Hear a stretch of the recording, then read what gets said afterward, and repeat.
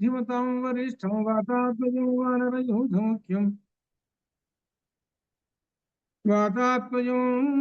వానరయూధముఖ్యం శ్రీరామదూతం శిరసా నమామి. ఉల్లంఘ్య సింధోస్సలిలం సలీలం యశోకవన్యం జనకాత్మజాయాః ఆదాయ తేనైవ తదాఖలంకాం నమామి తం ప్రాంజలిరాంజనేయం. బుద్ధిర్బలం యశోధైర్యం నిర్భయత్వమరోగతాం అజాడ్యం వాక్పటుత్వం చ హనుమస్మరణాత్ భవేత్. రామాయ రామచంద్రాయ రామభద్రాయ వేధసే రఘునాథాయ నాథాయ సీతాయ పతయే నమః. వామాంకస్థితజానకీ పరిలసత్కోదండదండంకరే చక్రం చోద్ధకరేణ బాహుయుగళే శంఖం శరం దక్షిణే బిభ్రాణం జలజాతపత్రనయనం భద్రాద్రిముద్రిస్థితం కేయూరాదివిభూషితం రఘుపతిం సౌమిత్రియుక్తం భజే. వందే వానరనారసింహకరాట్ క్రోడాస్వక్త్రౌచితం త్రిక్షాక్షిస్ఫుటి పంచవక్త్రం రుచిరం బాలార్కకోటిద్వితిం హస్తే శూలకపాలముద్గరకలం కౌమోదకీ భూధరం ఖట్వాంగాంకుశపాశ పర్వతధరం పీతాంబరం వానరం. శ్రీరామచంద్ర పరబ్రహ్మణే నమః. వాల్మీకి రామాయణ అధ్యయనం చేస్తూ ఇందులో సుందరకాండలో 28వ సర్గలో ఉన్నాం. ఈ 28వ సర్గలో సీతాదేవి తాను ఆత్మహత్య చేసుకోవాలని పరిపరి విధాలుగా అనేక ఆలోచనలు చేస్తూ ఉన్నది. ఇక్కడ ఇంతవరకు అయినటువంటి ముఖ్యమైనటువంటి ఘట్టాలు 27వ సర్గ ముఖ్యమైనటువంటి త్రిజటా స్వప్నం వచ్చింది. ఆ త్రిజటా స్వప్నంలో మనకు గాయత్రి మంత్రం యొక్క విశేషాలు కూడా అక్కడ చెప్పుకున్నాం. అనగా త్రిజటా స్వప్నంలో ఉన్న పురుషోత్తమ యొక్క విశేషం అక్కడ పురుషోత్తమయే అక్కడ రామచంద్రమూర్తి అక్కడ విశేషంగా స్పష్టంగా చెప్పేశారు. ఆ తర్వాత ఆ రాక్షస స్త్రీలకి చెప్పింది ఆమె త్రిజట. ఈమె ఎవరంటే మహా అమ్మవారు అనేటువంటి విశేషాలు ఇవన్నీ చెప్పి రామచంద్రమూర్తి వస్తాడు, మిమ్మల్ని అందరినీ చంపేస్తాడు, మీ ఇష్టం జాగ్రత్త, ఏమైనా శరణ వేడుకోండి అని అంటే వాళ్ళందరూ సాష్టాంగ నమస్కారం చేశారు రాక్షస స్త్రీలు. ఇక అంతటితోటి వాళ్ళు పక్కన బాధించడం వదిలేసేశారు.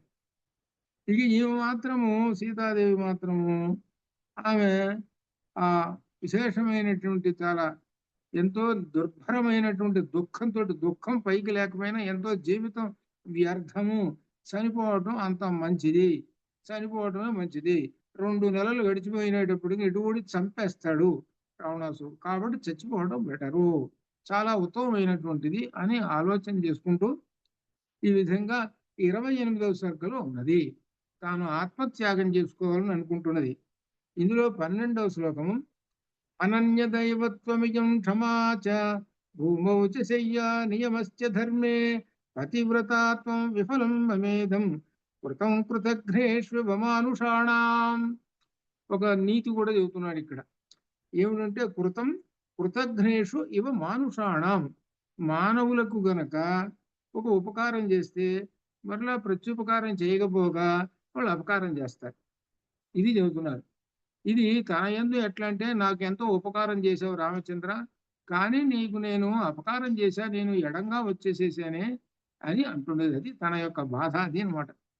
కానీ అక్కడ కథను పక్కన పెట్టేస్తే మనకు వాల్మీకి ఒక విశేషమైనటువంటి సూక్తి చెబుతున్నాడు.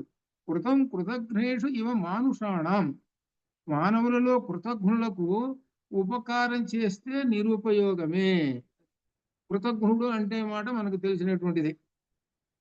వాడికి ఉపకారం చేస్తే ఏమాత్రం వాడికి మనకు ప్రత్యుపకారం చేయకపోగా పైగా అపకారం కూడా చేస్తాడు అనేటువంటి విధం చెప్తున్నాడు. చెప్పి తన యొక్క విశేషం ఏంటంటే, నాకు దైవము రామచంద్రమూర్తి, ఆయన తప్పక ఎవరిని అన్య దైవాన్ని పూజించలేదు. ఈ సహనము, భూశయనము, ఈ ధర్మపరాయణత, ఈ పతివ్రతాత్వము, ఇవన్నీయు ఇవి ఏమిటి అంటే లక్షణాలు. సహనము ఒకటి. సహనము అనేటువంటిది పైకి మాట చెబుతారు ఊరికే, ఏంటంటే సహనం అంటే ఓర్పని. అది ఏమిటంటే సహనం అంటే ఒక తపస్సు. తపస్సు అంటే మనకు తెలిసినటువంటిది, ఎంతో ఇంద్రియములను నిగ్రహించి చేసుకుంటేనే అది తపస్సు అవుతుంది, లేదా కాదు. అట్లా అనమాట. అదొకటి తపస్సు. ఈ భూశయనము, భూషయనం ఉంటే అక్కడ ఏం చేస్తున్నది, కింద పడుకుంటున్నది. మరి మహారాజులు కదా మరి, కానీ ఇక్కడ భూషయనం. కాబట్టి ఇక్కడ భూషయనం కూడా ఒక తపస్సు. ఎట్లా అంటే ఇంట్లో కూడా కొంతమంది నియమం వ్రతాలు ఉండేటువంటి వాళ్ళు మంచం మీద పడుకోరు. వాళ్ళు మంచాలు ఇవన్నీ పడుకోవటం, పరుపుల మీద పడుకోవటం ఇవన్నీ ఉండరు. వాళ్ళు చాపేసుకుని పడుకుంటారు. అది ఒక తపస్సు. అది అదే అనమాట. ఆ చాపేసుకొని పడుకోవటం అనేది ఒక తపస్సు. ముఖ్యంగా బ్రహ్మచర్యంలో అంటే చదువుకునే విద్యార్థులు ఉన్నారే, వాళ్ళు చాప మీద పడుకుంటారు. మేమంతే అనుభవించాం 5 సంవత్సరాలు. చాప మీద పడుకోవటం అంతే. గదిలో ఇద్దరు ముగ్గురు ఉంటారు. ఆ చాప వేసుకొని పడుకోవటం అంతే. ఇంకేం పక్కనే తల దగ్గరే ఉండే అంటే తల దగ్గర సహజంగా దిండు పెట్టుకుంటూ పుస్తకాలు ఉంటాయి. ఇంత ఎత్తున పుస్తకాలు అట్లా అనమాట. అలా అంటే ఏమిటనమాట, బ్రహ్మచర్య ఆశ్రమంలో ఈ సుఖం అనేటువంటిది ఉండకూడదు అని అర్థం అనమాట. అలానే ఇది ఒక తపస్సు లాంటిది భూషయనము. ఇకపోతే ఇంకొకటి తపస్సు ధర్మపరాయణత. ధర్మాన్ని ఆచరించడం కూడా తపస్సేనండి. అదంత తేలికైంది కాదు. ఇది అన్నిటికన్నా చాలా కష్టమైంది. చెప్పడానికే మామూలుగా ఉంటుంది, కానీ ఆచరణలో ఉంటుంది. ఇది అర్థం. అందుకనే సత్యం వద ధర్మం చర అనేటువంటి 2 వేద సూక్తులు. ఆ వేదం చెప్పింది సత్యం మాట్లాడు, ధర్మాన్ని పాటించు. చెప్పినటువంటి సత్యాన్ని పాటించు. ఎంత విశేషమైనటువంటిది అది. అలా పాటించడం అనేటువంటిది ఏమిటంటే ఒక తపశ్శక్తి. అది ఈ తపస్సులు చెబుతున్నాయి. ఇవన్నీ తపస్సులు. ఈ ధర్మపరాయణత ఇంకొకటి, ఈ పతివ్రతాత్వము, ఇది కూడా తపస్సే. ఏకపత్ని, ఆయన ఏకపత్ని, ఈయన ఏకపతి అనమాట. ఇద్దరు ఒకళ్ళే. వాళ్లకు ఒకటి, ఈమెకు ఆయన ఒకటి. ఏకపత్ని ఏకపతి ఇట్లా ఈ విధంగా. ఇటువంటిది కూడా చాలా గొప్పదైనటువంటి తపస్సులు. ఇన్ని తపస్సులు ఇవన్నీ నిరుపయోగమైనవి కదా. ఇంత తపస్సు చేస్తున్నాను నేను. ధర్మపరాయణత అంటే ధర్మంతో తపస్సు చేస్తున్నాను, సహనం ఇట్లా ఉన్నాయి. కానీ ఇప్పుడు అన్ని నిరుపయోగమైనవి కదా అంటే అర్థం ఏమిటి? ఇంత తపస్సు చేస్తున్నా కానీ నువ్వు ప్రత్యక్షం కాలేదు, అది అర్థం. కానీ దీనిలో చెప్పారు, నువ్వు ప్రత్యక్షం కాలేదంటే నువ్వు ఇంకా రక్షించలేదు అని అర్థం అన్నమాట. 13లో మోఘోహి ధర్మశ్చరితో మయాయం తథైక పత్నీత్వమిదం దురర్థం యాత్వం యాత్వాన పశ్యామి కృశా వివర్ణ హీనాత్వయా సంగమనే నిరాశ. ఈ ధర్మపరాయణత అంతయే నిరుపయోగము. ధర్మశ్చరిత మయా అయం, మయా నా చేత అయం ఈ ధర్మశ్చరిత, ఈ ధర్మపరాయణత మోఘోహి అనగా మోఘం అయిపోయింది, నిరర్ధకం అయిపోయినది. ఒకటి. తథా ఏకపత్నీత్వమిదం, ఆ విధంగానే ఏకపత్ని వ్రతం కూడా నిరర్ధకం అయిపోయినది. యాత్మానపశ్యామి కృశా వివర్ణ, కనుక నీకు దూరమే నేను దర్శించలేకుండా నేను కలుసుకుందామని ఉన్నా గాని నేను వివర్ణమై కృషించి ఉన్నాను. అటువంటి యా నన్ను త్వాం నీవు నా పశ్యామి చూడలేవు. నేనంతా కృషించి కృషిపోయి ఉన్నా, నన్ను చూడలేదు. హీనా త్వయా సంగమనే నిరాశ. ఇకపోతే త్వయా నీ చేత సంగమనే కలయిక అనేటువంటిది హీనా అనేది సంభవించదు. ఇక నిరాశ, మన ఇద్దరికి సంగమం అనేది లేదు అని ఈ విధంగా. అంటే ఎంతటి దీనిలోకి వెళ్ళిపోయింది చూడండి, ఎంతటి విశేషమైనటువంటి మైనస్ అని అంటారు చూశారు, మానసికమైనటువంటి దుర్గతిలోకి ఎంత వెళ్ళిపోయిందో అంత విశేషంగా. ఇదంతా ఎందుకు చెబుతున్నారనంటే పతి ఎడబాటు వలన అంత ఉంటుంది అని అర్థం అనమాట. అది అంత గొప్ప విశేషం చెబుతూ 14లో పితుహు నిదేశం నియమేన కృత్వా. పితుహు తండ్రి, ఈ తండ్రి దశరథుడు. ఆ దశరథుడి యొక్క నియమేన నిదేశం కృత్వా, ఆయన ఉన్నాడు 14 సంవత్సరాలు అరణ్యాన్ని పోరా అన్నాడు. వనా నివృత్తశ్చరిత వ్రతశ్చ, ఆ వనానికి వచ్చేసావు, ఆ వనవాసానికి, అయోధ్య నుండి వనానికి వచ్చేసావు. ఇక వచ్చేసిన తర్వాత అయోధ్యకు మళ్ళీ తిరిగి వెళ్ళిపోతావు. వెళ్ళిపోయిన తర్వాత స్త్రీభిస్తు మన్యే విపులేక్షణాభి, కృతార్థుడిపై ఇక నువ్వు అక్కడికి వెళ్ళి అనేక మంది స్త్రీలతో ఆనందంగా విహరించగలవని భావించుచున్నాను. ఇక్కడ జాగ్రత్తగా అర్థం చేసుకుంటూ ఉంటుంది. ఇవి ఏం చేస్తావు? ఈ 14 సంవత్సరాలు ఇంకా అయిపోతుంది, 2 నెలల్లోనే అయిపోతుంది. ఈ ఇంటికి వెళ్ళిపోతావు. ఇంటికి వెళ్ళిపోగానే నేను ఇక్కడ ఉన్నాను కదా, కాబట్టి నీకు భార్యలు రెడీగా ఉంటారు. ఆ రెడీలు ఒకరా ఇద్దరా అనేక మంది చేరతారు. చేరి వాళ్ళతోటి సుఖంగా ఉంటావు అని అంటుంది. ఇక్కడ ఈ మాటలు ఈ సీతాదేవి అంటున్నదంటే రామచంద్రమూర్తిని సరిగా అర్థం చేసుకున్నదా అని ఒక ప్రశ్న వేస్తారు. ఒక ప్రశ్న వేస్తారనమాట. కానీ ఇక్కడ అర్థం ఏమిటంటే అది కాదు. ఇక్కడ ఏంటంటే దీనత్వంలో ఉన్నప్పుడు ఎన్నైనా మాటలు చెబుతారు. దీనత్వంతో ఉన్నప్పుడు ఇది సహజమైనటువంటి మానవ ధర్మము, మానవుని యొక్క ఆలోచనని చెబుతున్నాడు. అది అర్థం అంటే అది ఇక్కడ. ఎందుకంటే ఆమె ఎంత దీనిలో ఉండిపోతున్నా చూడండి, ఎంత విశేషమైన దానిలో నిజంగా మరి అవన్నీ నిజమేనా? ఆమె ఏకపత్ని వ్రతము ఇవన్నీ ఉన్నది కదా, అనేక విశేషాలతోటి రామనామం జపం చేస్తున్న రామకోట రాస్తున్నది కదా రోజు. అటువంటి ఆమె నిజంగా ఇట్లా ఉంటుందా? కాదు. కానీ మనిషి ఏమిటనమాట, ఈ మానవ స్త్రీ ఈ విధంగా భావిస్తుంటుంది అనేటువంటి భావం అన్నమాట ఇక్కడ అని చెబుతూ, స్త్రీభిస్తు మన్యే విపులేక్షణాభిః త్వం రంస్యసే వీత భయకృతార్థః. నీవు ఆ స్త్రీలతోటి హాయిగా తిరుగుతూ విహరిస్తూ సుఖంగా ఉంటావు ఇంటికి వెళ్ళిన తర్వాత అని ఈ విధంగా చెబుతూ, అఖంతు రామ త్వయిజాత కామాచిరం వినాశాయ నిబద్ధ భావ మోఘం చరిత్వాధ తపోవ్రతం చ యక్ష్యామి ధిక్ జీవితమల్ప భాగ్యాం. ధిక్ ఛీ అంటున్నది. ఏమిటి? జీవితమల్ప భాగ్యాం. ఈ జీవితము అల్పభాగ్యమైనటువంటి ఈ శరీరాన్ని త్యక్ష్యామి వదిలేస్తాను. అఖంతు రామ త్వయిజాత కామా చిరం వినాశాయ నిబద్ధ భావ. నీ యందు ప్రేమ కలదాను, నా వినాశం కొరకే ఇంతకాలం నా మనస్సు నీ యందు నిలిపి ఉన్నాను. ఇంతకాలం నుంచి 10 నెలల నుంచి ఉన్నానే ఈ శరీరాన్ని, ఇప్పుడు నా శరీరం వదిలేస్తాను. తపమును ఏకపత్ని వ్రతం వ్యర్థముగా ఆచరించి ప్రాణములను విడిచేస్తున్నాను. ఇంతకాలం తపస్సు చేశాను, ఫలితం లేదు. ఏకపత్ని వ్రతం ఫలితం లేదు, ఏం లేదు, లాభం ఏం లేదు.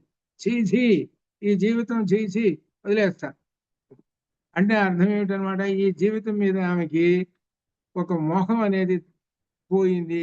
ఇక రామచంద్రమూర్తి దగ్గర ఆశలు వదులుకున్నది అని అర్థం అనమాట. ఇట్లా ఈ విధంగా పలు ఆలోచనలు చేసుకున్నటువంటి వాళ్ళు చివరికి ఏం చేస్తే ఊరేసుకుంటారని అర్థం. అది ఇప్పుడు రాబోయేది అదే, ఊరేసుకోవడానికి సిద్ధంగా.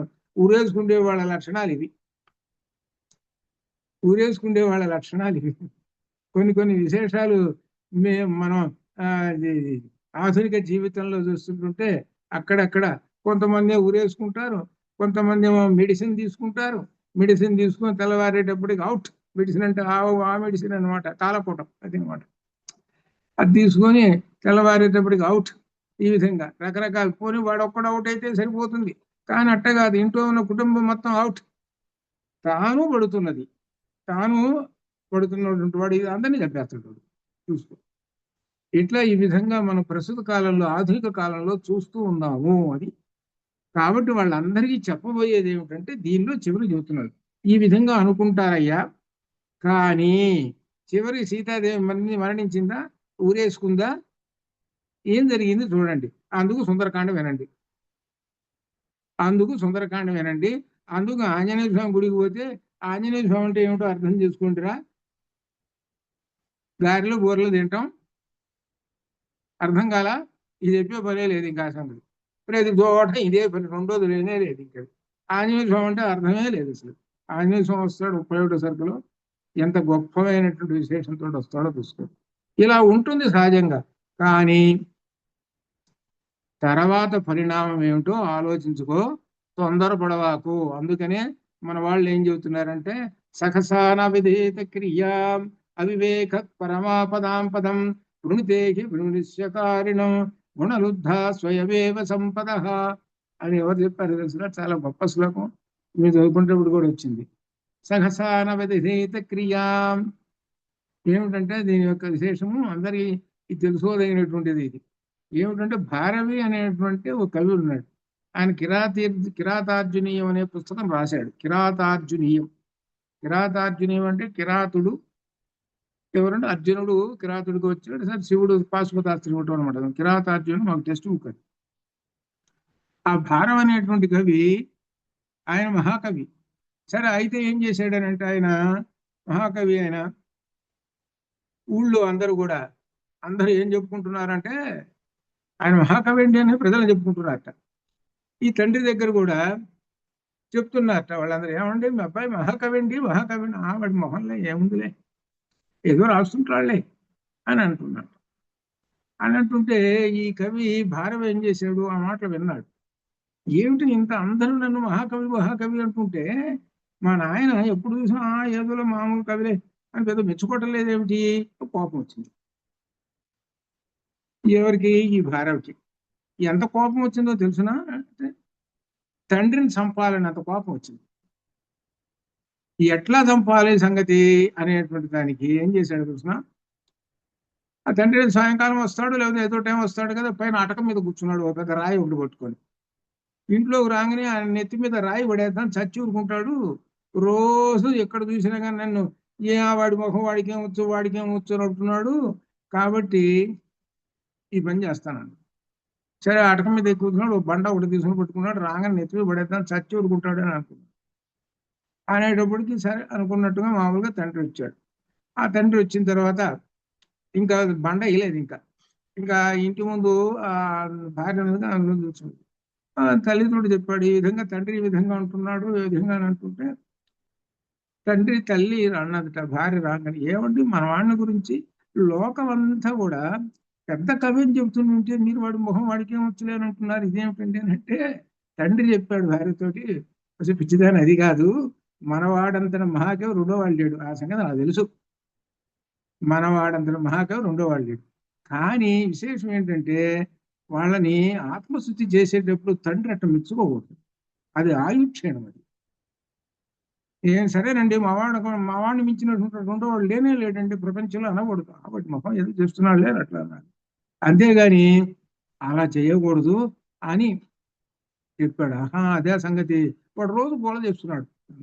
సరే ఈ ఈ మాటలు నిన్నాడు అటక మీద కూర్చున్నాడుగా, బండ తీసుకుని కూర్చున్నాడుగా, పైన ఎత్తి మీద పడేద్దామని, అమ్మో ఇంత విశేషం ఉందా అని ఇక బండ తీసుకొని కిందకి దిగాడు, పోయి కాళ్ళ మీద పడ్డాడు. కాళ్ళ మీద పడేసరి అప్పుడు తండ్రి అర్థం చేసుకున్నాడు, ఒరే నీకు ఒక శిక్ష వేస్తున్నాను రా అన్నాడు. ఏమిటో శిక్ష, నువ్వు చేసిన దానికి శిక్ష ఏంటో తెలిసిన, నువ్వు అత్తగారింటే 6 నెలలు ఉండిరారా అన్నాడు. అరే భలే బాగుంది అండి, అబ్బాయి ఎంత బాగుంది, భలే శిక్ష బాగుందండి, ఏమిటి శిక్ష బాగా వేసాడు, శుభ్రంగా దారిలో బొర్రలు తినొచ్చు అనుకొని సరే పోతున్నాను అన్నాడు. తట్టాపుట్ట సర్దుకున్నాడు, పోయినాడు. ఈ తట్టాపుట్ట సర్దుకొని పోయిన తర్వాత అక్కడ ఆ వచ్చిన మొదటి రోజు రెండో రోజు, మొదటి రోజు బ్రహ్మాండం, రెండో రోజు కాసు బ్రహ్మాండం, ఇక మూడో రోజు నుంచి కొంచెం తగ్గింది. ఒక వారం రోజులు గడిచేటప్పటికి ఏమిటి ఈయన పోవటం లేదు, ఇంట్లో కూర్చున్నాడు అని అత్తగారికి అనుమానం వేసింది. భార్యతోటి చెప్పింది, కూతురుతో చెప్పింది, నెమ్మదిగా కూగి లాగారు బయటికి. ఓహో ఇదే, కాబట్టి నీకు తగిన శిక్ష వేసాడంటే అసలు విషయం మేము వేస్తాం శిక్ష. ఏమి శిక్ష వేశారో తెలిసిన, అబ్బాయి అల్లుడు మనకు 10 ఆవులు ఉన్నాయి కదా, ఆవులు కాసుకుని రాపో, సాయంకాలం రా, అప్పుడు ఆనందింది. కానీ అప్పుడు అనిపించింది, అమ్మో ఇదేమిటి అత్తగారింటికి పోతే ఇదే సంగతి అని అనుకొని అక్కడికి పోయి ఆవులు కాసుకోవడానికి పోయి చెట్టు కింద కూర్చొని అప్పుడు కిరాతార్జునీయం రాస్తున్నాడు.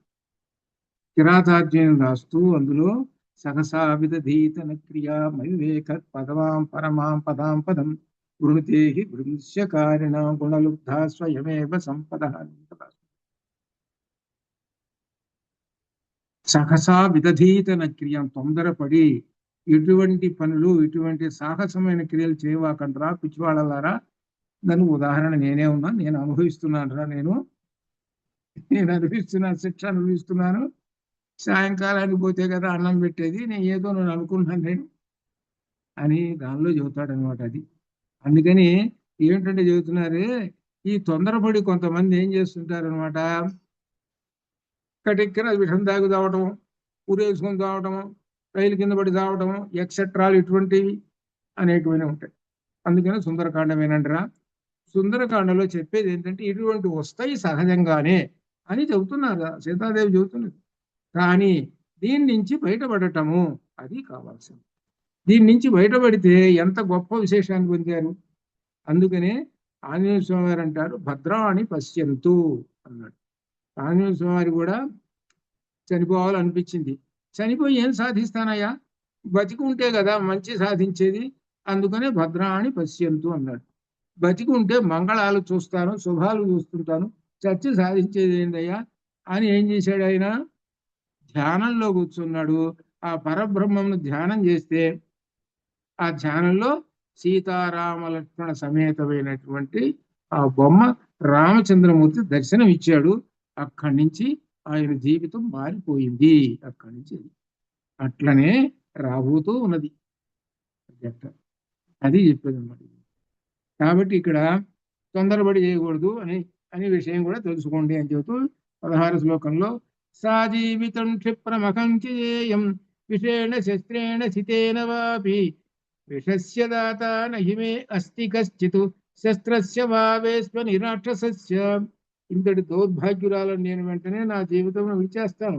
విషమును తీసుకొని గాని వాడి అయిన ఆయుధము గాని వాడి జోడుగా చచ్చిపోతాడు. కానీ రాక్షసుని భవనంలో నాకు విషం ఇచ్చేవాడు లేదు, ఆయుధాలు ఇచ్చేవాడు లేదు, ఒక్కడు కూడా లేదు.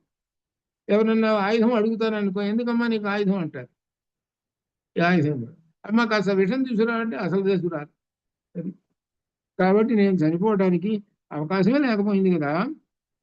ఇతీవ దేవి బహుధా విలప్య సర్వాత్మనారామమనుస్మరంతి ప్రవేపమానా పరిశుష్క వక్త్రా నగోత్తమం పుష్పితమాససాద.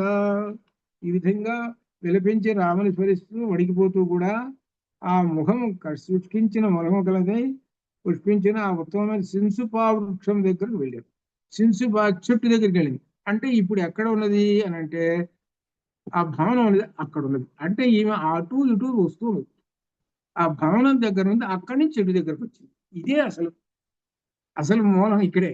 ఈ చెట్టు దగ్గరకు వచ్చింది అని అంటే పైన కూర్చున్నాడు. ఎవరు?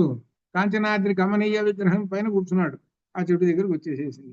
ప్రవేపమానా పరిశుష్ర వక్త్రా నగోత్తమం పుష్పితమాససాదా. ఆ పుష్పించినటువంటి సింసుపా వృక్షం దగ్గరకు వచ్చింది.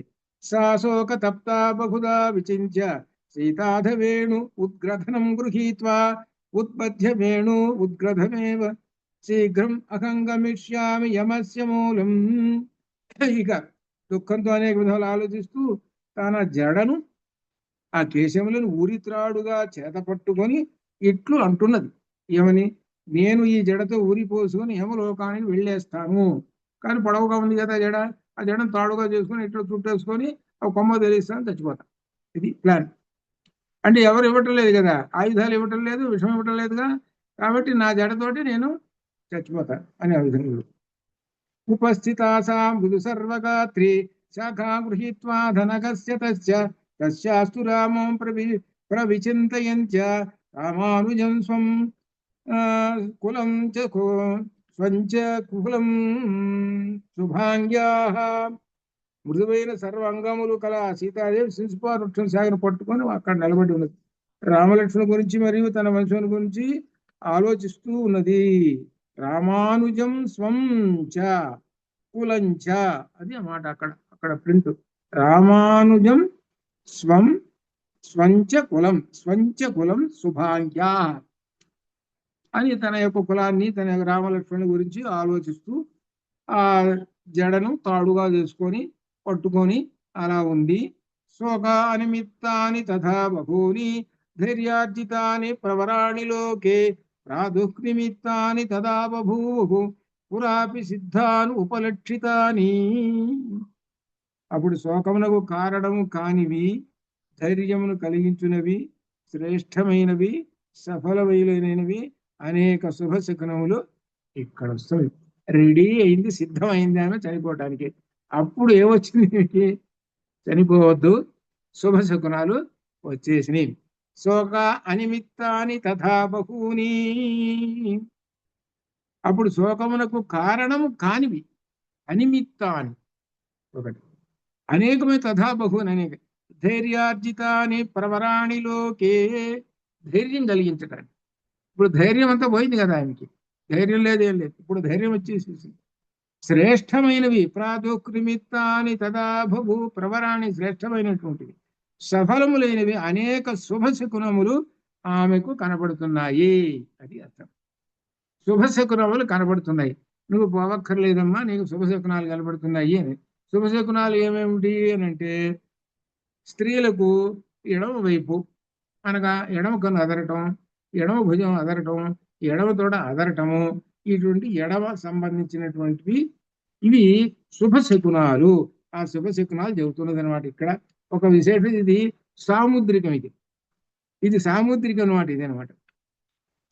ఏమంటున్నారంటే చూడండి, తథాగతాం త్వాం తథాగతాం త్వాం తాం తథాగతాం తాం తాం అంటే ఆమె వృధి తాం వ్యధితాం అనిందితాం తథాగతాం తాం వ్యధితాం అనిందితాం వ్యపేత హర్షాం పరదీన మానసాం శుభానిమిత్తాని శుభాని భేజిరే నరం శ్రియా చుష్టమివోపజీవినః. గురి వేసుకొని సిద్ధంగా చేసుకోవాలనేటువంటి ఆమెకు ఇక ఇప్పుడు ఆమె ఎటువంటిది అంటే అనిందితాం. ఒకటి అనిందితాం అని అంటే ఏమాత్రము నింద లేనటువంటిది, పవిత్రమైనటువంటిది అని అర్థం. ఒకటి వ్యపేత హర్షం, ఇక్కడ ఏమిటంటే సంతోషము లేదు ఆమెకి, కానీ మిక్కిలి దీనమైనటువంటి మనసుతో ఉన్నటువంటిది. శుభాన్నిమిత్తాని, మంగళకరమైనటువంటి ఆ శుభశకునములు ఆమెకు కనబడ్డాయి. అప్పుడు ఆ మానవులకు ఐశ్వర్యం కలిగినప్పుడు సేవకులు వాని వెంట ఏ విధంగా చేరుతారో ఆ విధంగా శుభశకునులు. ఇక్కడ ఒక విశేషం, భౌతికంగా ఉన్న విశేషం చెబుతున్నారు. నరం శ్రియా దుష్ట వివోపజీవిన.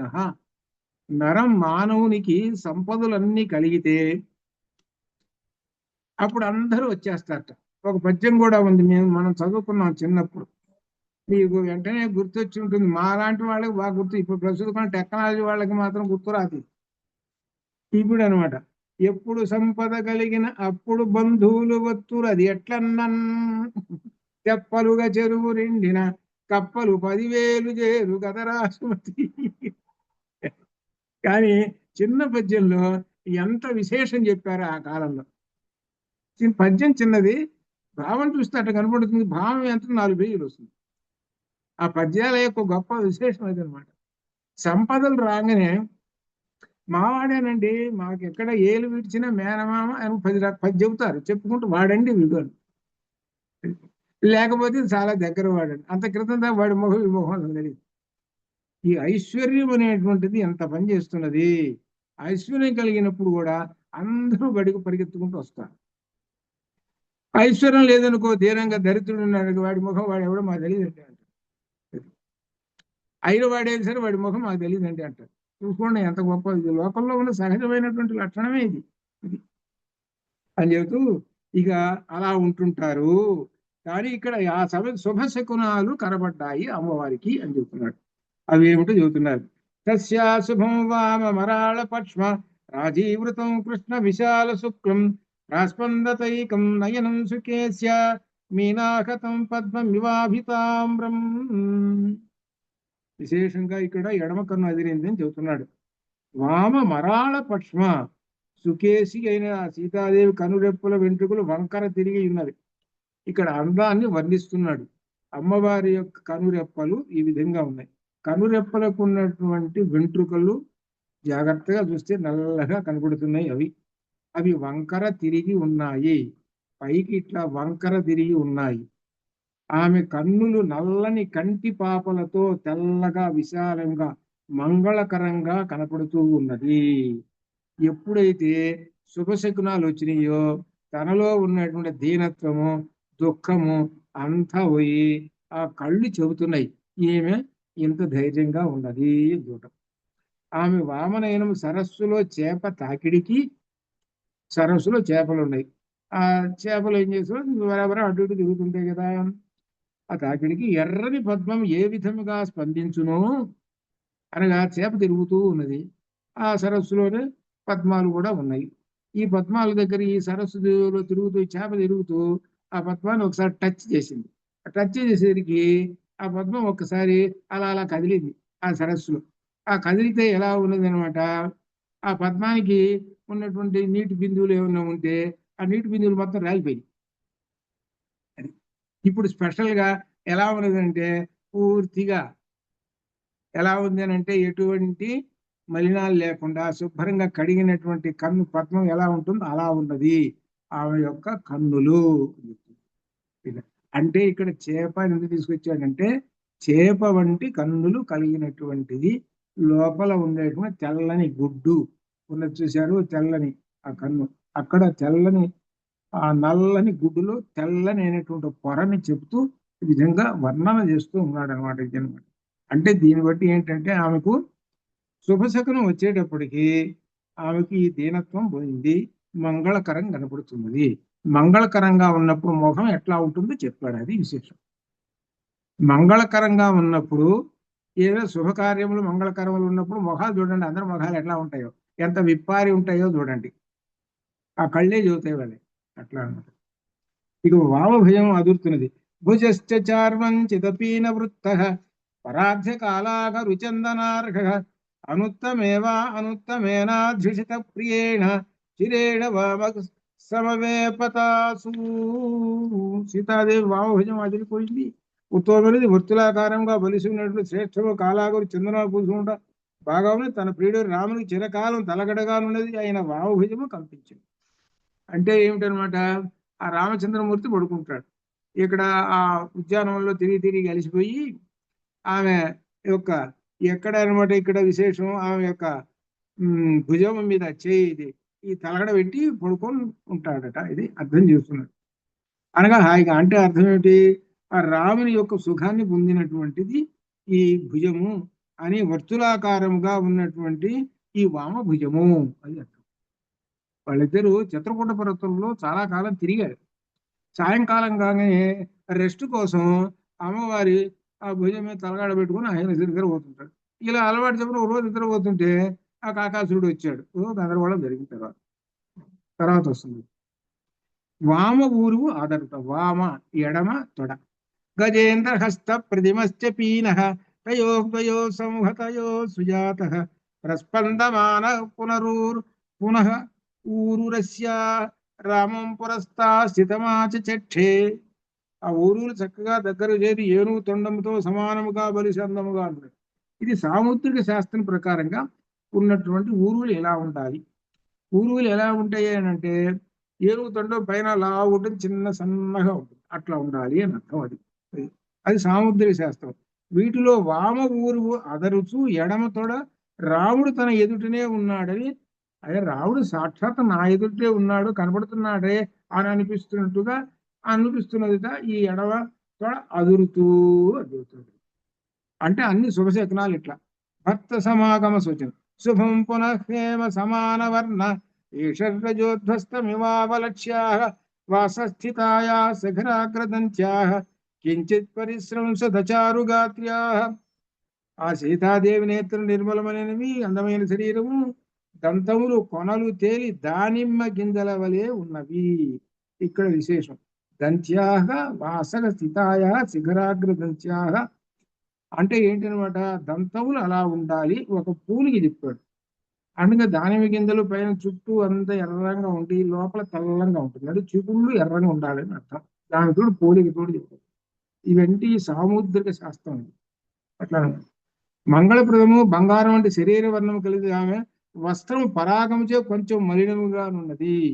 అటువంటి వస్త్రము కొంచెం జారెను అని అర్థం. ఆ పవిత్రమైనది కొంచెం జారింది. ఈ లక్షణాలన్నీ ఏమిటి అంటే శుభశకునములు అని చెప్పడం, అంతే ఇంకేది. కాబట్టి ఈ శుభశకునాలతోటి ఆమెకు ఏడు పోయింది, ధైర్యం వచ్చేసింది. శుభశకునము రామాయణం అంతా కూడా చాలా చోట్ల శుభశకునాలు ఉన్నాయి. ఆ శుభశకునాలు ఇప్పుడు కూడా చాలా మంది పాటిస్తూ ఉంటుంటారు అన్నమాట. శుభశకునములు చాలా గొప్పవని కూడా చెబుతున్నాడు వాల్మీకి. ఏతై నిమిత్తై అపరైశ్చ శుభ్రో సంబోధిత ప్రాగపి సాధు సిద్ధై వాతాత పక్లాంతమివ ప్రణష్టహం వర్షేణ బీజం ప్రతి సంచహర్ష. ఆ కనుబొమ్మలు గల సీతాదేవికి అందమైన కనుబొమ్మలు, ఆమెకి వంకర తీరి నల్లగా ఉన్నటువంటి అటువంటి ఆ కనుబొమ్మలు శుభ సూచికములు. అవి పూర్వము కూడా సత్సత్తులాల్చింది. అంటే ఆ కనుబొమ్మలు అదిరినవేంది. ఈ ఎండకు గాలికి ఎండిపోయి కనబడకుండా పోయిన విత్తనము వర్షం కురియగానే మొలకెత్తినట్లు సీతాదేవి ఆనది. చివరికి భలే చెప్పాడు. ఈ బాగా ఎండగాస్తుంది. ఆ విత్తనం ఎప్పుడు పడుతుందా వర్షం అని చూస్తున్నదట. భూమి మీద ఉన్నది ఆ విత్తనం. వర్షం పడదు అబ్బా అని సంతోషంతో ఉండి ఆ భూమిలో నుంచి విత్తనం మొలకెత్తింది. అనగా అర్థం ఏమిటి? ఈ శుభశకునములైనటువంటి వర్షం, ఆ వర్షం తన మీద పడేటప్పటికి చల్లగా ఉన్నది, ఈ తాపం అంతా పోయింది అని ఆనందంగా ఉన్నది. కాబట్టి ఇక్కడ ఒక విశేషం ఏమిటంటే మనకు చెప్పేటువంటిది శుభశకునములు అని చెబుతూ ఇంకా ఆమె ముఖం కూడా ఎలా ఉందో చెబుతున్నాడు. తస్యా పునః పునఃపింబ ఫలాధరోష్టం స్వక్షిభృకేశాంత మరాళ పక్ష్మ వక్త్రం బభాసే సిత శుక్రదంష్ట్రం రాహోర్ముఖాచంద్ర ఇవ ప్రముక్త. ఇక తస్యా పునఃబింబ ఫలాధరోష్టం, ఆ పెదవి ఎలా ఉన్నది, దొండ పండు ఏ విధంగా ఉన్నదో అలా ఉన్నది. స్వక్షిభృకేశాంత మరాళ పక్ష్మ, ఇక విశేషం కనుబొమ్మలు వంకర తిరిగి ఉన్నాయి. తెల్లని కాంతితో మరసిపోతున్న దంతాలు. వక్త్రం భవాసే శిత శుక్లదంష్ట్రం, తెల్లనైనటువంటి దంతాలు. ఇలా ముఖం అంతా ఒక్కసారి వర్ణన చేసేసాడు. ఆ వర్ణన చేసి ఆ సీతాదేవి మనోహరమైన అందాన్ని చెప్తూ, అటువంటి ముఖము రాహుముఖము నుండి విముక్తుడైన చంద్రుని వలె ప్రకాశించును. అంత క్రితం దాకా దీనంగా ఉన్నటువంటి ముఖం ఇప్పుడు ఎలా ఉన్నది, గొప్ప కాంతితో మెరిసిపోతూ ఉన్నదిట. ఎలా ఉన్నది అని అంటే పోలికి చెబుతున్నాడు. రాహోర్ముఖాచంద్ర ఇవ ప్రముక్త, గ్రహణం పెట్టినప్పుడు, చంద్రగ్రహణం పెట్టినప్పుడు రాహు మింగేశాడు. పౌర్ణమి రోజున బాగా ప్రకాశిస్తున్నటువంటి ఆ చంద్రుణ్ణి రాహు మింగేశాడు. ప్రకాశిస్తున్నప్పుడు చూసాము బాగా తెల్లగా ఆకాశం మింగేశాడు. మింగేసేటప్పటికల్లా పౌర్ణమి లేదు, వెన్నెల లేదు, ఏమీ లేదు. ఒక నిమిషం అయిపోయిన తర్వాత వదిలేశాడు. వదిలేసేటప్పటికి ఆ చంద్రుడు బయటకు వచ్చేసాడు. బయటకు వచ్చేటప్పుడు ఎలా ఉన్నాడంటే మిక్కిలి కాంతివంతంగా మనకి కనబడుతున్నాడు. ఆ విధంగా ఇప్పుడు ఏమిటి గొప్ప విశేషము, ఇప్పటిదాకా ఆమెను రాహు పట్టాడు. అర్థమైందా? ఇక్కడ విశేషం రాబోతున్నది. ఇప్పటిదాకా రాహు పట్టాడు. ఎవరిని? చంద్రుణ్ణి పట్టాడు. చంద్రుణ్ణి రాహువు పట్టాడు. ఇక రాహువు వదిలేస్తున్నాడు, చంద్రుడు బయటకు వస్తున్నాడు. చంద్రుడు అంటే అమ్మవారి యొక్క ముఖము బయటకు వస్తున్నది. ఇప్పుడు ఎట్లా వస్తున్నది అంటే ముఖము పూర్తి కళలతోటి బయటికి వస్తున్నది. రాహు వదిలేస్తున్నాడు. రాహు ఏం చేశాడంటే ఎవరినో ఒకరిని చూసి భయపడ్డాడండి. వాము ఇప్పుడు కనుక ఇంకా ఈ చంద్రుని లోపల పెట్టుకుంటే, నా పొట్టలో పెట్టుకుంటే ఆయన నా పని పడతాడు అని వదిలేశాడు. ఎవరు ఆయన అంటే రాబోతున్నాడు.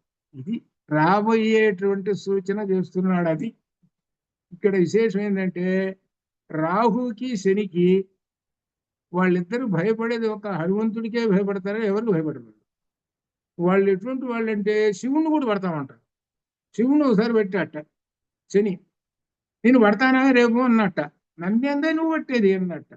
నేను దేవతలకే దేవతని అన్నట్ట. ఎవరో శివుడు పెద్ద విర్రవీగాడట. నువ్వు నన్ను పట్టలేవో అన్నట్ట. సరే రేపు సాయంకాలం పట్టేస్తానులే అన్నట్ట. ఆడేటప్పటికి ఈ శివుడు ఏం చేశాట, వీడి దుంపద నన్ను పట్టేస్తాడు ఎప్పుడో వచ్చి కూర్చున్నప్పుడు అని చెప్పి వాడి కనపడకుండా ఉందామని ఒక మర్రి చెట్టు త్వరలో పోయి కూర్చున్నట్ట. ఒక మర్రి చెట్టు త్వరలో పోయి కూర్చున్నట్ట. సరే సాయంకాలం అయింది, 6:00కల్లా వచ్చేసేట. ఎవడో శనిగాడు వచ్చాడు, ఆ మర్రి చెట్టు దగ్గరికి వచ్చాట. వచ్చి ఏమండి శివుడు గారు రండి బయటికి అన్నట్ట. ఆయన నేను రాను, నువ్వు నన్ను పట్టేస్తావు, నేను వచ్చాననుకో నన్ను పట్టేస్తావు, కాబట్టి రాను, నేను దాక్కున్నా లోపల. అది కాదయ్యా బాబు, నిన్ను పట్టానయ్యా, నేను పట్టాను నిన్ను. నువ్వు వెండి కొండ మీద తెల్లగా మెరిసిపోయేటువంటి వెండి కొండ ఉంది, నెంబర్ 1 కొండ. అది ఎంతో గొప్పది, కీర్తివంతమైన. దాని మీద కూర్చొని తపస్సు చేసుకునేటువంటి వాడి నీకేం కర్మ పట్టిందయ్యా నీకు, ఈ మర్రి చెట్టు త్వరలో చెవులు కుట్టుకుంటూ అనేటి. అరే మూత పడ్డానరా నేను. నిజమేరా శనిగాడ, నువ్వు నన్ను పట్టేసావురా. ఎంత పొరపాటు పడ్డాను కదా, నా మనస్సుకి ఈ శనిగాడు పట్టాడు. పట్టేటప్పటికి అంటే అర్థమే, శనిగాడు ఎక్కడ మనసుకు పడతాడు. అదే కాబట్టి పట్టేది శని. అందువల్ల ఏంటంటే పెద్ద పెద్ద వాళ్ళే పట్టేస్తారు వీళ్ళు. కాబట్టి ఒక లెక్క మామూలు మనుషులు, కానీ ఒక్కళ్ళకి మాత్రము భయపడతారు. ఎవరంటే ఆంజనేయ స్వామి చూశారనుకో ఇద్దరు పరుగులు తీస్తారు, అక్కడ దగ్గరలో ఉండరు. ఎందుకంటే ఆయన తోక ఉంది చూశారు, తన్నులు తిన్నారు ఒక చోట. ఒకసారి బాగా కొడితే వాతలు తేలినాయి ఇద్దరికి. ఆ వాతలు తేలిని ఇప్పుడు కూడా గుర్తున్నాయండి. అయ్యా బాబు, నువ్వు ఎక్కడైతే ఉంటావో మేము అక్కడికి రావండి, నమస్కారం సార్ అని. ఆ రాహు శనులు ఇద్దరు ఇదనమాట. ఏమిటంటే శనివత్తు రాహువు, శనివత్తు రాహువు. శని ఎటువంటి వాడు, రాహు కూడా అటువంటి వాడు. ఇద్దరు అన్నదమ్ములు వీళ్ళిద్దరు, అట్లా అన్నమాట వీళ్ళిద్దరు. అందువలన శని రాహువులు గనక పట్టలేదు అనుకోండి, ఇక మన కష్టాలు ఏమన్నామండి, శుభ్రంగా మనసు శుభ్రంగా ఉంటుంది. కాబట్టి అందుకోసమని హనుమ తర్వాత రాబోతుంటాడు. అది ఇకపోతే చివరి 8లో సీతాదేవి శాంతిస్తున్నది. సావీత శోకా విపరీత తండ్రి శాంతత్వరా హర్ష విబుద్ధ సత్వా అశోభతార్య వదనేన శుక్లే సీతాంశునా రాత్రి రివోదితేన. సావీత శోక, శోకమును వీత వదిలేసేసింది, శోకం పోయింది ఆమెకు. మనసులో తాపం నశించి శాంతం వచ్చింది, శాంతం పట్టింది ఆమెకి. మనసు సంతోషంతో వికసిస్తూ ఉంది. హర్ష విబుద్ధ సత్వా, అది ఆమె ముఖం శుక్లపక్ష చంద్రుని వలె ప్రకాశిస్తున్నది. సీతాంశున రాత్రి నివోదితేన, సీతాంశున అంటే చంద్రుడు. ఆ చంద్రుడు శుక్లపక్ష చంద్రుని వలె ప్రకాశించుతున్నది ఆమె యొక్క, అంటే చెబుతున్నది ఏమిటనమాట, ఆమెకు శుభశకునాలు కలిగినాయి, ఆమెకు ఇటువంటిదంతా కూడా పోయినది అని ఈ విధంగా చెబుతూ ఉన్నాడు. సంతోషంతో ఉన్నది అని చెబుతున్నాడు అన్నమాట. సీతాదేవికి ఈ స్వప్న వృత్తాంతము, పై స్వప్న వృత్తాంతం వచ్చింది, కానీ స్వప్న వృత్తాంతం వచ్చినా శాంతించలేదు. కానీ రావణుని మాటలే గుర్తుకొస్తూ ఉంటుంటాయి అని అర్థం. ఇదంతా ఈ దృశ్యమంతా పైన కూర్చున్నటువంటి ఉన్నారు కదా ఆయన, హనుమ 3 అక్షరాలు ఆయన. ఏమిటి 3 అక్షరాల్లో ఉన్నది? ఆ ఊమ 3 అక్షరాల్లో ఉన్నది. ఆ 3 అక్షరాల్లో ఉన్నటువంటి ఆ ఊమ ఉన్నారే ఆయన. ఆయన కూర్చొని పైన అంతా రికార్డు చేసుకుంటున్నాడు మొత్తం. కాబట్టి అంతా చేసుకున్న తర్వాత హనుమంతుడు సీతతో ఏ విధంగా సంభాషించాలనే ఆలోచనలో పడ్డాడు. ఇప్పుడు పెద్ద సమస్య అయింది. ఎందుకంటే ఇప్పుడు చివరికి ఏంటంటే ఇక్కడే బుద్ధి ఉపయోగిస్తాడు, తెలివితేటలు. అదే బుద్ధివంతుని యొక్క లక్షణం ఇక్కడ వస్తున్నది. పరిపరి విధాలుగా ఆలోచించి ఏం చేశాడు ఈయన అని. ఇక్కడ హనుమంతుడు ఈ విధంగా ఏమిటి సర్వమును విన్నాడు. హనుమానవి విక్రాంతగా సర్వం శుశ్రావ తత్వత సీతాయా త్రిజటాయా చ రాక్షసీనాంచ తర్జనం మొత్తం విన్నాడు. రాక్షసీలు మాటలు, త్రిజట మాటలు అన్ని విన్నాడు. ఇక ఆలోచన, అవేక్షమాణస్తా దేవి దేవతామి వనందనే తతో బహువిధాం చింతయామాస వానరః. ఆ హనుమాన్ నందనవనమున దేవతా స్త్రీవలే ఉన్న జానకిని చూచి అనేక విధములు ఈ విధంగా ఆలోచన చేశాడు. యా కపీనా సహస్రాణి సుబహూని ఆయుతాని చ దిక్షు సర్వాసు మార్గంతే శ్రేయమాసాదితామయా. లక్షల కొలది వానరులు సర్వదిక్కులకు వెళ్ళి ఏ సీత కొరకు వెతుకుతున్నారో ఆ సీతను నేను చూశాను. నాకు ఎంత అదృష్టం, వాళ్ళు ఎవరికి కుదరలేదు, నాకు మాత్రం కుదిరింది చూసారా అనుకుంటూ చారేణతు సుయుక్తేన శత్రో సత్యమవేక్షత గూఢేన చరత తావద్ అవేక్షితమిదం మయా. గూఢచారి శత్రువులను అతి జాగ్రత్తగా గ్రహిస్తుంటాడు. ఆ విధంగా నేను గూఢచారి వలె సంచరిస్తూ మొత్తం తెలుసుకున్నా. పైన కూర్చొని మొత్తం అంతా గూఢచారి ఏ విధంగా చేస్తాడో అట్లా చేశాను. గూఢచారి ఎంత జాగ్రత్తగా ఉంటాడో అట్లా. రాక్షస అనావిశేషచ్చ పురీచయం అవేక్షిత రాక్షసాధిపతే అస్య ప్రభావో రావణస్య చ. రాక్షసుల విశేషాలను, ఈ లంకాపురములు రాక్షసాధిపతి రావణ ప్రభావం అంతా చూసేసాను, మొత్తం అర్థమైంది. యుక్తం తస్య అప్రమేయస్య సర్వసత్వ దయావత సమాశ్వాసయితుం భార్యాం పతిదర్శన కాంక్షిణీ. సర్వప్రాణుల యందు దయగలివాడు, ఊహింప శక్యము కాని పరాక్రముల వాడు రాముడు. ఇటు రాముని ఆర్య సీత రామదర్శనమునికే ఆరాడబడుతున్నది కదా. ఇప్పుడు ఈమెను ఎలా ఊరడించాలి? ఇప్పుడు సమస్య. అహం ఆశ్వాసయామే ఏనాం పూర్ణచంద్ర నిభాననాం అదృష్ట దుఃఖానాం దుఃఖాత్తాం దుఃఖశాంతమగచ్చతి. ఇటువంటి దుఃఖములు ఎప్పుడు చూడలేదు నేను. ఈమె దుఃఖములకు అంతం లేకుండా ఉంది. కాబట్టి పున్నమ నాటి చంద్రుని వదనములు ఈమెకి ఇప్పుడు ఓరడించాలి. ఎట్లా ఇప్పుడు ఎట్లా మాట్లాడాలి, ఈమెతోటి ఎలా మాట్లాడాలి, ఈ ఆలోచనలోకి వస్తున్నాడు. యద్యప్యహం ఇమాం దేవీ శోకోపగత చేతనాం అనాశ్వాస్య గమిష్యామి దోషవద్గమనం భవేత్తు. ఈ మనస్సు శోకముచే ఉన్నది కాబట్టి ఇప్పుడు ఈమెను ఓదార్చకుండా తిరిగి వెళితే నా ఆగమనాన్ని దోషం సంభవిస్తుంది. ఆయన ఏమన్నాడు, చూసిరారా అన్నాడు. ఈ ఉంగరం ఇచ్చాను, ఇచ్చి చూసిరారు అన్నాడు. ఇప్పుడు ఏం చేయాలి? ఇప్పుడు చూశాను, బాగానే ఉంది. ఇప్పుడు వెళ్ళాను వెనక్కి తిరిగి, చూశానండి, మరో ఉంగరం ఇచ్చావా నువ్వు? ఉంగరం నా దగ్గరే ఉంది అండి అన్నాడు. అంటే అప్పుడు ఏంటి ఫలితం ఏముంది? ఏం లేదు కదా. మరి ఉంగరం ఇవ్వాలిగా, మరి ఉంగరం ఇదే ఉంది నా దగ్గర. ఎట్లా ఇక్కడ దాకా వచ్చాను, ఇప్పుడు ఏం చేయాలి నాకే అర్థం కావటం లేదు, ఏంటబ్బా గొప్ప విశేషము అని అనుకుంటున్నాడు. ఇది కాబట్టి ఏం చేయాలని, గతే హిమయి తత్ర ఇయం రాజపుత్రీ యశస్విని పరిత్రాణమనిందంతి జానకి జీవితం త్యజేతు. ఇప్పుడు నేను ఈమెను సమాశ్వాస పరచకపోతే ఈమెను రక్షించేవారు ఉండరు, ప్రాణత్యాగం చేస్తుంది. అందుచే ఈమెను ముందుగా సమాశ్వాస పరచాలి, బుజ్జగించాలి. ఇన్ని 4 మంచి మాటలు చెప్పాలి ఈమెకి. మయాచ సహ మహాబాహువు పూర్ణచంద్ర నిభానన సమాశ్వాసయితుం యాజ్ఞ సీతాదర్శన లాలస. ఇది ఒక పదం రావాలి, సీతాదర్శన లాలస. సీతాదర్శన లాలస ఎవరు? రామచంద్రమూర్తి. కొన్ని పదాలు ప్రత్యేకంగా దీనిలో కొన్ని విశేష పదాలు వస్తాయి. రామచంద్రమూర్తిని గురించి చెప్పాలనుకోండి, రాముడు అనాలనుకోండి, సీతాదర్శన లాలస అనాలి. అది ఎప్పుడు రావుడు రావుడు అని చెప్పి ఏముంది, సీతాదర్శన లాలస. సీతాదర్శనం చేసుకోవాలనేటువంటి ఉగుళ్ళూరుతూ మహాకోరికతో ఉండేటువంటి వాడు రామచంద్రమూర్తి అని అర్థం అనమాట.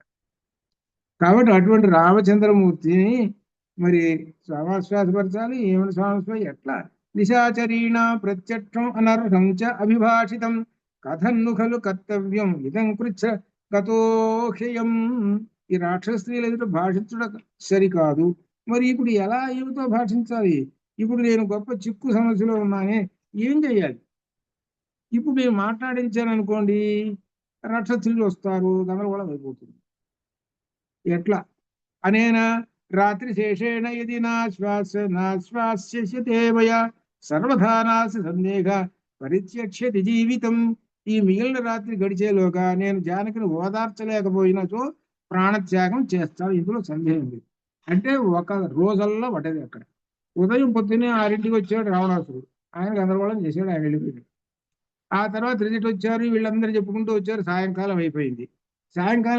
ఇప్పుడు ఈయన చెట్టు మీద కూర్చున్నాడు ఇట్లా. అప్పుడు అంటూ రాత్రి గడిచేలోగా నేను జానకిని ఓదార్చగలను, ఈ రాత్రి అయిపోయే లోప నేను ఈమెని ఓదార్చాలి ఈ రాత్రి పూట. రామశ్చ యది పృచ్ఛేన్మాం కిం మా సీతా బ్రవీద్వచః కిమహం తం ప్రతిబ్రూయాం అసంభాష్య సుమధ్యమాం. నేను జానకితో సంభాషించకుండా తిరిగి వెళ్ళదు రాముడు సీతను గురించి ఏమి పలికిన ఈ విధంగా అడుగుతాడు. అప్పుడు నేనేం చెప్పాలి? సీతా సందేశ రహితం మామి తత్వరయాగతం నిర్దహేదపి కాకుస్థ క్రుద్ధ తీవ్రేక్షణస్య చక్షుషా. అప్పుడు ఈ విధంగా పోతే రాముడు ఆగ్రహించి ఒక్కసారి నా మీద చూశాడా, ఇక నేను ఇప్పుడు అయిపోతాను. చేసిన పని ఏంద్రా, నువ్వు చేసిందంతా చేసింది. ఆయన కోపంతో ఇట్లా చూశాడా, నేను బూడిదైపోతాను. చేసిన పని ఏమిటి, ఏం చెప్పాను, ఏం చేసి వచ్చావు అంటాడు. యది చ ఉద్యోజయిష్యామి భర్తారో రామకారణాత్ వ్యర్థమాగమనం తస్య ససైన్యస్య భవిష్యతి. రామకార్యార్థం నేను సుగ్రీవుని సైన్య సమేతంగా ఇక్కడ తీసుకుని వస్తే వ్యర్థమే. ఈ లోపు సీతాదేవి మరణిస్తుంది. నేను ఇక్కడ వదిలేసి చెట్టు మీద బర్రను వదిలించుకుపోయి ఆ సుగ్రీవుడు ఆ కోతుల్ని అందరినీ తీసుకొని వచ్చేసాను అనుకో, ఈ లోపు ఏం పోతుంది. అప్పుడు ఎట్లా అని అంతరం ఆసాద్య రాక్షసీనామిహ స్థితః శనైః ఆశ్వాసయిష్యామి సంతాపహుణామి మాం. ఇక్కడనే ఉండి రాక్షసులు ఏమరపాడుతూ ఉన్నప్పుడు, వాళ్ళు కాస్త కురుకు తీసి నిద్రపోతున్నప్పుడు, అజాగ్రత్తగా ఉన్నప్పుడు, ఆకాశం చేద ఎక్కినప్పుడు ఈమెను ఓదారుస్తా అని అంటారు. కొంచెం కురుకు తీస్తుంటారు వీళ్ళు. అప్పుడు ఈ రాత్రి కూడా అహంతు అతిథ అకంత్వతి తనుశ్చైవ వనరశ్చ విశేషతః వాచం చ ఉదాహరిష్యామి మానుషీమివ సంస్కృతాం. ఇక్కడ విశేషం వస్తుంది. ఇప్పుడు నేను చాలా చిన్న శరీరము, పిల్లి అంత శరీరం ఉన్నాను, మరియు విశేషించి వానరుడని కోతిని. ఇక్కడ మానవులకు దగ్గరగా ఉన్నటువంటి వాడిని, అంటే నరుడు వానరుడు దగ్గర. అందువల్ల మానవులు మాట్లాడు భాష సంస్కృతంలో భాషిస్తారు. మానవులు ఏంటంటే వాళ్ళు సంస్కృతంతో మాట్లాడతారు, అంటే సంస్కృతంలో సంస్కరించుకునే భాష సంస్కృతం. ఇక్కడ ఒక విశేషం చెప్తూ ఉన్నాడు అనమాట ఈ 2 శ్లోకాల్లో. ఇది వాచం ప్రదాస్యామి ద్విజాతిరివ సంస్కృతం రావణం మాన్యమానామా సీతాభీత భవిష్యతి. ఇప్పుడు ఎట్లా యువతుడు మాట్లాడటం, సంస్కృతంలో మాట్లాడటం మొదలు పెట్టారనుకోండి, అప్పుడు ఏమనుకుంటుంది, అరే రావణాసురుడు వచ్చాడరా, రావణాసురుడు మాట్లాడుతున్నాడు, మళ్ళీ మోసం చేయడానికి వచ్చాడరా అని అనుకుంటుంది. అది ద్విజాతిరివ సంస్కృత, బ్రాహ్మణుడు సంస్కృతం మాట్లాడతాడు. ఇక్కడ విశేషం చెబుతున్నాడు, సంస్కృతం మాట్లాడితే బ్రాహ్మణుడు అయ్యాడు. అసలు విషయం అది. సంస్కృతం రాదనుకో వాడు బ్రాహ్మణుడు కాదు. బ్రాహ్మణుడు ఎప్పుడు చూసినా కానీ 24 గంటలు సంస్కృతంలో మునిగి తేలుతూ ఉంటుంటాడు. అంటే వేదాధ్యయంలో ఎప్పుడు చూసినా వాడు ఆయన నోటంబడి ఎప్పుడు చూసినా మంత్రాలు అవి ఇవి, రెండోది ఏమీ ఉండదు ప్రపంచం. ఇవన్నీ కూడా ఈ మామూలు లౌకిక వ్యవహారం కూడా మొత్తం సంస్కృత భాషలోనే మాట్లాడుతుంటారు. అటువంటి వాళ్ళు బ్రాహ్మణ. కాబట్టి నేను సంస్కృతంలో మాట్లాడానా అంటే రావణాసురుడు వచ్చి మాట్లాడుతున్నాడు కాబట్టి భయపడుతుంది. సరే కాదు, వానరస్య విశేషేణ కథం స్యాత్ అభిభాషణం.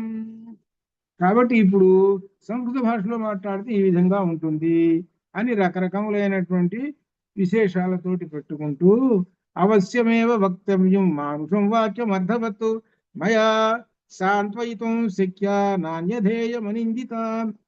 మానుష వాక్కులను అర్థవంతంగా భాషిస్తాను, ఇంతకంటే ఏ పాపమో ఎరుగని ఈమెను ఓదార్చుడు సాధ్యం కాదు. ఇక్కడ విశేషం ఏమిటంటే సంస్కృతంలో మాట్లాడితేనేమో రావణాసురుడు అనుకుంటుంది ఒకటి, మరి ఏం మాటలు మాట్లాడాలి, ఏ భాష మాట్లాడాలి, ఇది పెద్ద సమస్య. ఆమెను నమ్మించేటట్టు భాష మాట్లాడాలి. అందుకని ఆమె ప్రాంతీయ భాష, ఆమె ఏ దేశస్తురాలు, మిథిలా దేశస్తురాలు. ఇప్పుడు ఆంధ్ర దేశస్తులు అంటే ఆంధ్రం అంటారు, తెలుగుదేశం తెలుగు అంటారు.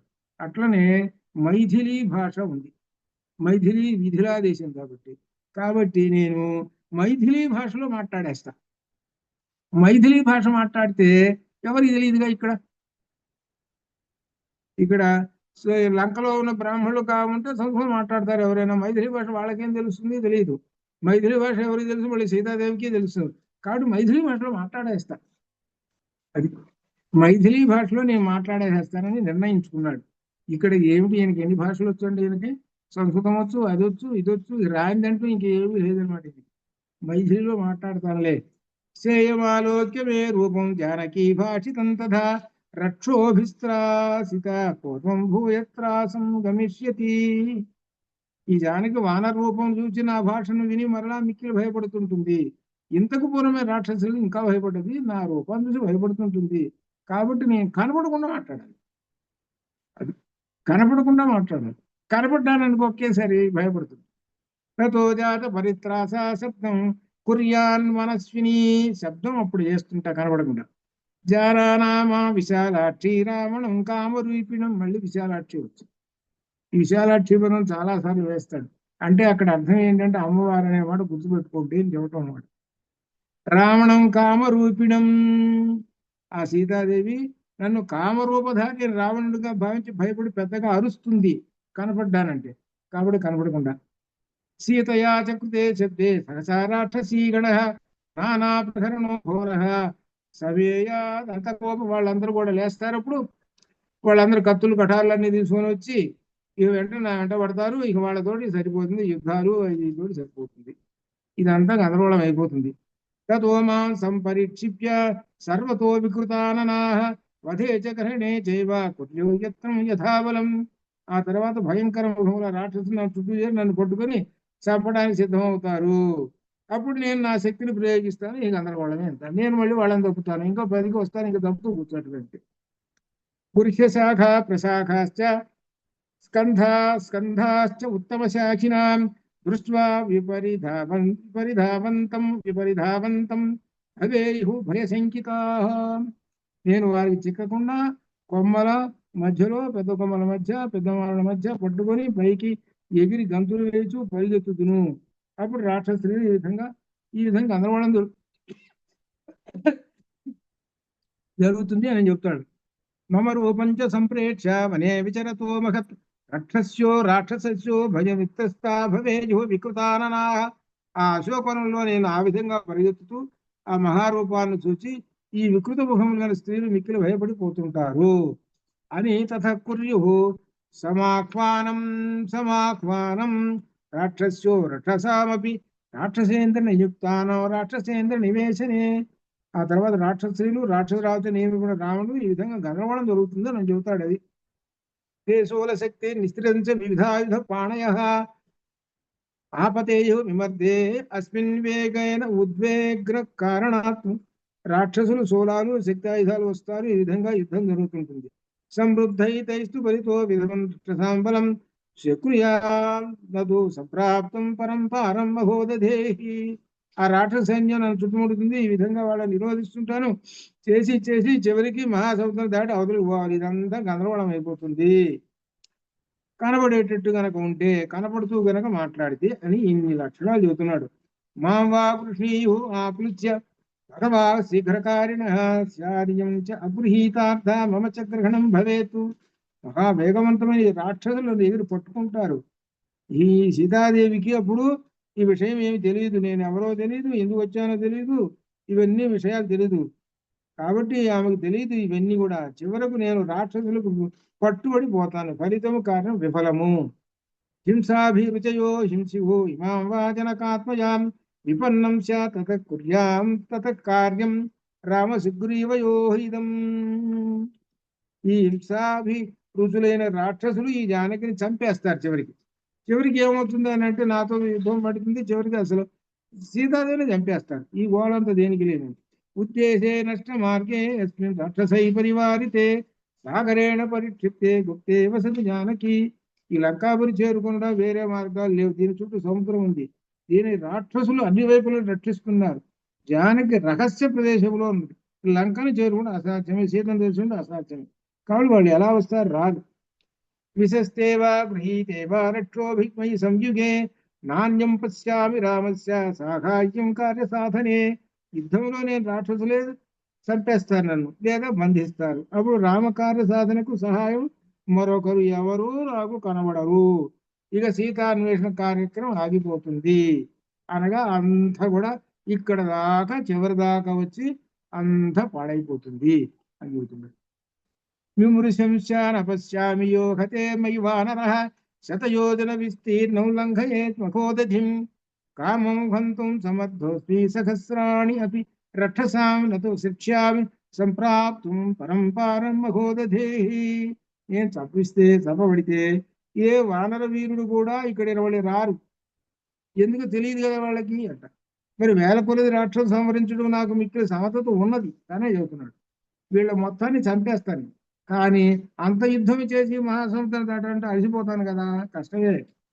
అసత్యాని చ యుద్ధాని సంశయో మే నరోచతే కశ్చ నిస్సంశయం కార్యం కుర్యాత్ ప్రాజ్ఞ న సంశయం. యుద్ధంలో జయాపజయాలు సంశయాత్మకములైన కార్యము నాకు చేయడం ఇష్టం కాదు. ఏ ప్రాజ్ఞుడైనా సంశయాత్మకమైనటువంటి కార్యం చేయకూడదని మనకొక నీతి చెబుతున్నాడు. ప్రాజ్ఞ ఏంటి? ప్రాజ్ఞ కుర్యాత్ న సంశయం. ప్రాజ్ఞ బుద్ధిమంతుడు సంశయం ఉన్నటువంటి కార్యమును నా కుర్యాత్ చేయకూడదు. సందేహము ఈ కార్యము వలన వదిలేసే, పక్కన పెట్టేసేయాలి. సందేహం తీరితేనే ఇప్పుడు కాదు. ఇది మనకు చెబుతున్నాడు, ఒక నీతి వాక్యం చెబుతున్నాడు. ఎవరు చెబుతున్నారు ఇదంతా అంటుంటుంది? హనుమ అంటున్నాడు. ప్రాణత్యాగస్య వైదేశ భవేదనభిభాషణే ఏష దోషో మఖాంధి మమ సీతాభిభాషణే. కాబట్టి వైదేహితో సంభాషించకపోతే ఆమె ప్రాణత్యాగం చేసుకుంటుంది. మాట్లాడించో నాకు ఈ కష్టం. ఎట్లా అది పెద్ద సమస్య అయిపోయిందే. భూతాచార్థా వినశ్యంతి దేశకాల విరోధితా విక్రమందోతమాసాద్య తమసూర్యోదయే యథా. కార్యఫలములు సిద్ధిస్తున్నాయి. అప్పుడు వివేక శూన్యుడైనటువంటి వాడు ఏమీ చేయలేడు. కాబట్టి వివేకం ఉండాలి అని చెబుతున్నాడు. వివేకం ఉంటే అప్పుడు అజ్ఞానం పోతుందని. అర్ధానర్ధాంతరే బుద్ధి నిశ్చితాపి నశోభతే ఘాతయంతి కార్యాణి దూతా పండితమానినః. ఈ కార్యముల లాభం, ఈ కార్యముల నష్టము ఇట్లా విచక్షణ చేసుకొని వివేకం లేనటువంటి దూత చేస్తాడు. ఏ కార్యం చేయాలి ఏమిటని అనగా సందేహాలను తీర్చుకొని చేస్తాడు.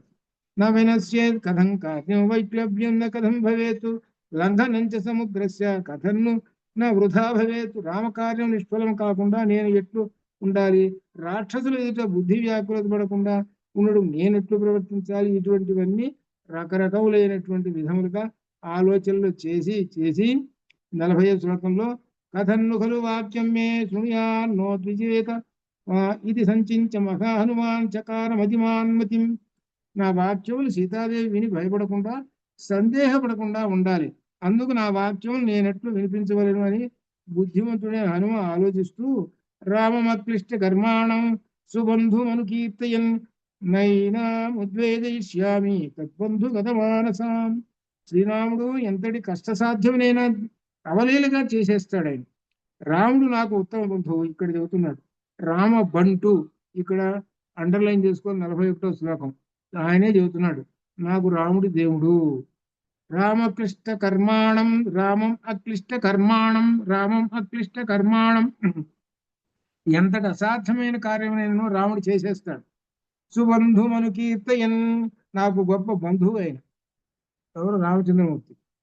నా ఏనాముద్వేద ఇష్యామి, అటువంటి రాముడిని నేను ఉద్వేద ఇష్యామి వదలను అని చెబుతూ తద్బంధు గతమానసాం. కాబట్టి ఈ భయ సందేహములు గురి కాకుండా నేను చూస్తాను.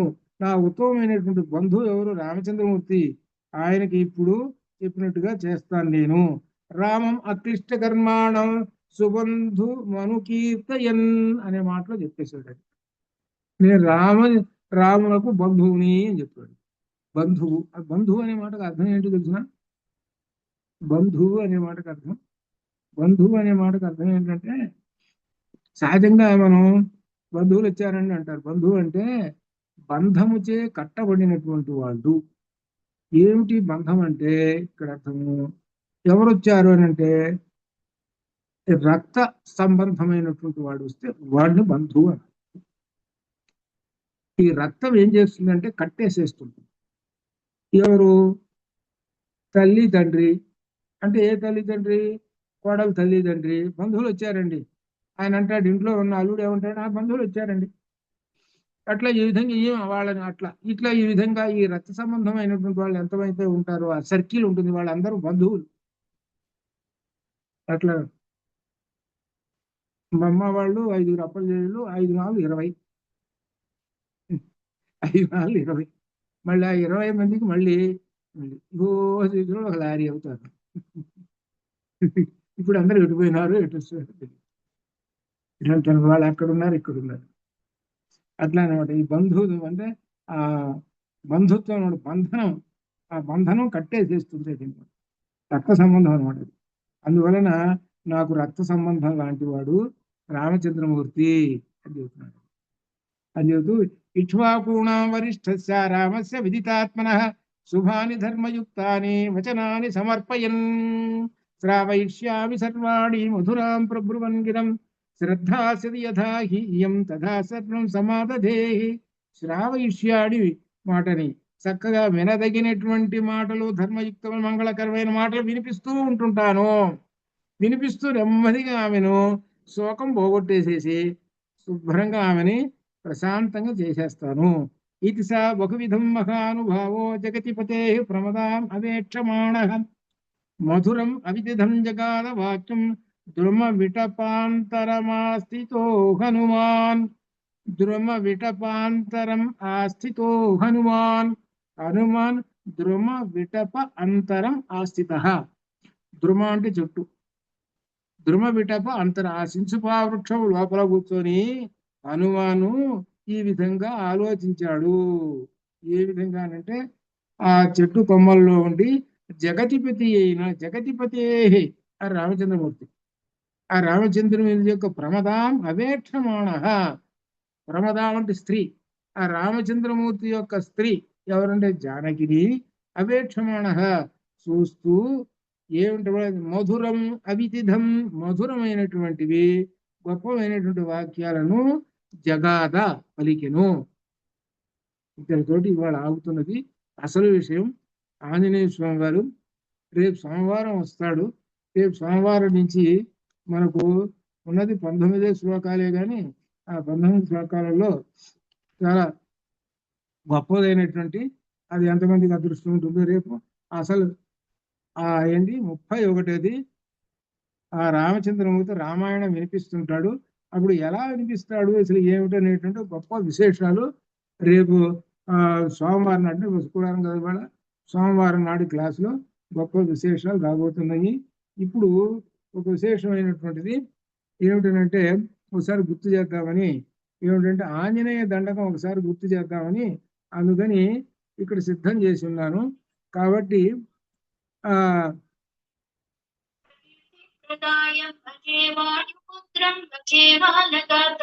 భజేహం పవిత్రం భజే సూర్యమిత్రం భజే రుద్రరూపం భజే బ్రహ్మతేజం పటంచన్ ప్రభాతం సాయంత్రమున్ నీనామ సంకీర్తన చేసి నీ రూపు వర్ణించి నీ మీద నీ దండకం ఒక్కడించేయను నీ మూర్తి నిందాచి నీ సుందరం మెచ్చి నీ దాసదాసుండనై రామ భక్తుండనై నిన్ను నే కొల్చెదన్ వెంకటాక్షంపునం చూచితే వేడుకం చేసితే నాకు రాలించిదే నన్ను రక్షించిదే అంజనాదేవి గర్భామయా దేవా నిన్నెచ్చని నందమాడందయాశాలి చూచితే గానమై చూచితే దగ్గర నిలిచితే తొల్లి సుగ్రీవు మంత్రి వై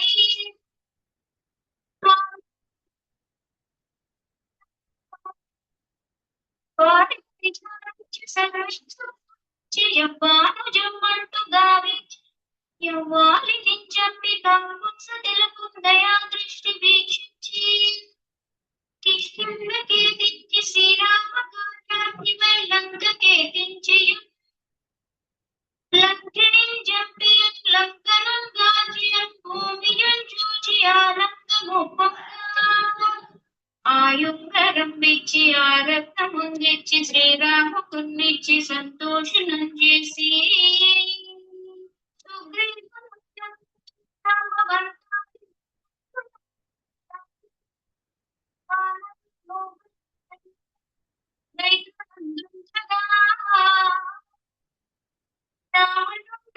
కాలాన్ని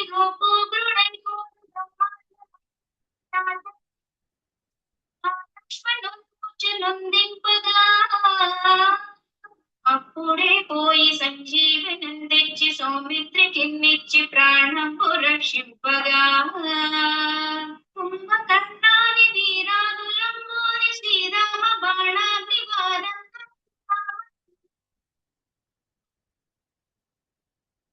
అంతలోకంబులానందమయ్యుండ నవ్వేళ్లలున్నవ్వి భీషణున్ వేడుకన్ తోడుకన్ వచ్చి పట్టాభిషేకంబు చేయించి సీతామహాదేవి నిందించి శ్రీరామునిచ్చి అయ్యి పట్టాభిషేకం సంరంభమయ్యున్న నీకన్న నాకెవ్వరు పూర్మిలేరంచు మన్నించిన రామభక్తి ప్రశస్తంబుగా నిన్ను నీరామ సంకీర్తనం చేసితే పాపముల్ బాయునే భయములుందేరునే భాగ్యముల్ గల్గునే సకల సామ్రాజ్యముల్ సకల సంపత్తులు గల్గునే వానరాకారయో భక్తమందారయో పుణ్య సంచారయో నీవే సమస్తంబు నీవే ఫలంబుగా వెలసి ఆధారక బ్రహ్మ మంత్రము పఠించుచున్ స్థిరముగా వజ్రదేహముదాచి శ్రీరామ శ్రీరామ యంచున్ మనపూతమై ఎప్పుడు తప్పక తలదు నా జీవయందు నీ దీర్ఘ దేహము త్రైలోక్య సంచారి వై రామనామాంకిత ధ్యాని వై బ్రహ్మ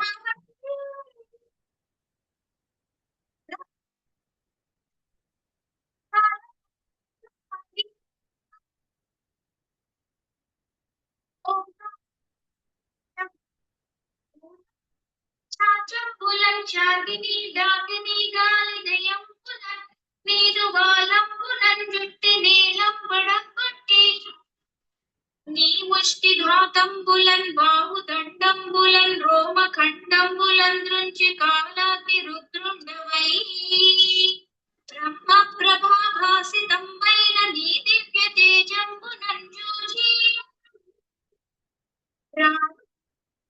నరసింహయంచున్ దయా దృష్టి వీక్షించు నన్నేడు నా స్వామి ఓం ఆంజనేయ నమస్తే సదా బ్రహ్మచారి నమస్తే